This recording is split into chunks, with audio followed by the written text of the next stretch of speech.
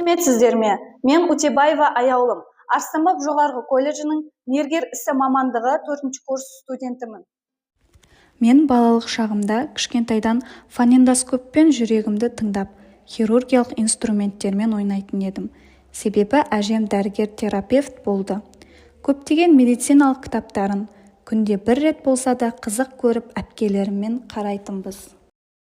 Өмірдегі көп мамандықтардың ішінде жан-жақты білімділікті, икемділікті, шеберлікті, ерекше мейірімділікті қажет ететін мамандық мейіргерлік.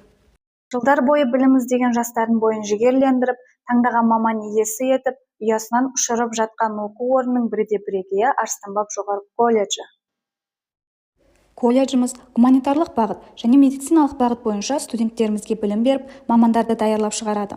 Гуманитарлық бағыт бойынша бізде бірнеше мамандықтар бар. Оларды айта кететін болсақ, мектепке дейінгі тәрбие және оқыту, бастауыш білім беру педагогикасы, бағдарламалық қамтамасыз ету, дене тәрбиесі және спорт, құқықтану мамандықтары.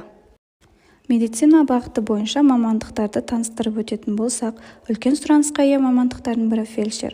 Ол жоспарлы және шұғыл жағдайларда білікті көмек көрсететін әмбебап медицина қызметкері. Мейіргер емделушіге күтім жасау үстінде ерекше маңызға ие денсаулық сақтау саласындағы белсенді тұлға. Науқастың дерттен айығып, тез аяққа тұруы сол мамандардың кәсібилігіне тікелей байланысты. Біз қолданбалы бакалаврын дамытуды жүзеге асырамыз. Акушерия ол жүкті әйелдерге көмек көрсетуші негізгі мамандықтардың бірі. Олардың қолғабыс жасауымен күнделікті қаншама сәби өмірге келеді. Фармацевт. Бүгінгі таңда бұл мамансыз бірде-бір медициналық ұйым жұмыс жасай алмайды. Олар дәріхана ұйымдары, дәрі-дәрмек өндіретін ұйымдарда үлкен сұранысқа ие. Мейірбике мамандығы алғашқы медициналық санитарлық көмек көрсететін әлеуетті мүмкінділігі орасан қызметтердің бірі. Қазіргі денсаулық сақтау саласындағы маңызды мәселелердің бірі ретінде жоғарғы білікті мейірбике мамандарын дайындау екенін айтуға болады.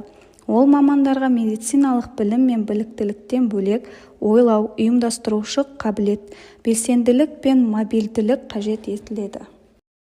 Мен өз колледжіммен және де өзімнің таңдаған мамандығыммен мақтанамын. Біздің колледжіміз шәкірттерді тәрбиелеу ісі жөнінде үлкен жауапкершілікті танытуы біздің көңілімізге қуаныш ұялатады.